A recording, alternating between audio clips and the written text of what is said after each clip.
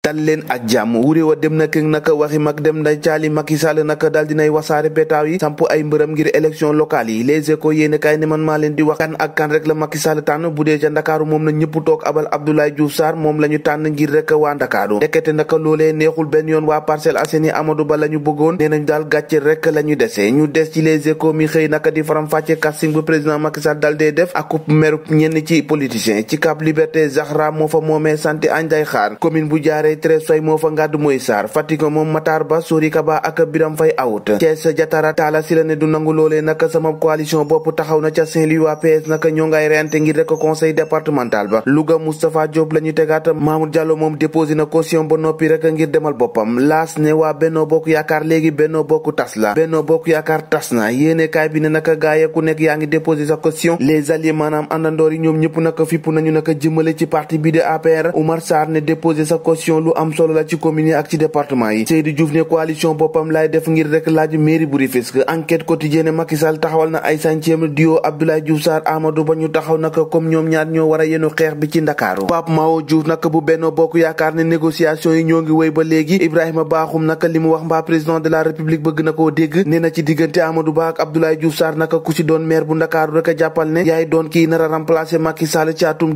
2024 L'Observateur ne Macky Sall mi def na naka ay tànne fam yoo xamante ni mën na yàq coalition Benno Bokk Yaakaar le mandat nataalu Mahmoud Saleh ak Macky Sall naka la xëye li ñëpp doon ngun-ngunee ci suuf naka le mandat xëy na di ko laaj te mooy waaji di Mahmoud Saleh ab comploteur la wala ay idéem rek lay waxee ak Macky Sall di ko wax kan ak kan rek la war a tànn Walf Quotidien léegi naka bal ba tourné na ndax naka réduction à sa plus simple expression ba mu bëggoon a def rek ku jégi mujjee na ko def ay allié ma daanaka naka mujjee na rajaxe ñëpp naka l'évidence ne Doudou Ka Ndiaye Rahma Mame Boye Diao ñi dëkkoon a colli naka Macky Sall sacrifié na leen bu yàgg critique yéene kaay ne Macky Sall naka xàcc na jaasi ja ca Kaffrine naka Abdoulaye Sow di Sow lañ fa teg ki nar a jàmmaarloo ak Bamba Fall di Cheikh Ba ndax nekkul ne naka CDC moo nekk en jeu parti socialiste bu Kanel naka boo muyul naka dina gedd boobule parti Tribune yéene kaay ne wàllum tabaate gi naka la coalition yëpp nar a tase ndax am na ci ñoo xamante ni si maire ba fotu la ñu def te ànduñu benn yoon ak dogal gi moom ku ko nangu rek doo sonn sa xol du jeex Abdoulaye Balde ak Sonko naka seenub sëy ba léegi rek mu antu gannaaw ba ko Macky Sall zappé naka moom Abdoulaye Balde moo ngi nas ak Ousmane Sonko ngir rek maire bu Ziguinchor Témoin Quotidien moo xëy di ko témoigner lu doy waar naka ab gendarme la benn oto dal dee fàdd ci autoroute à péage bi ba mu jaaree fa ñàkk bakkanam ñoo ko diggandu jàngeen jëf ba ëllëg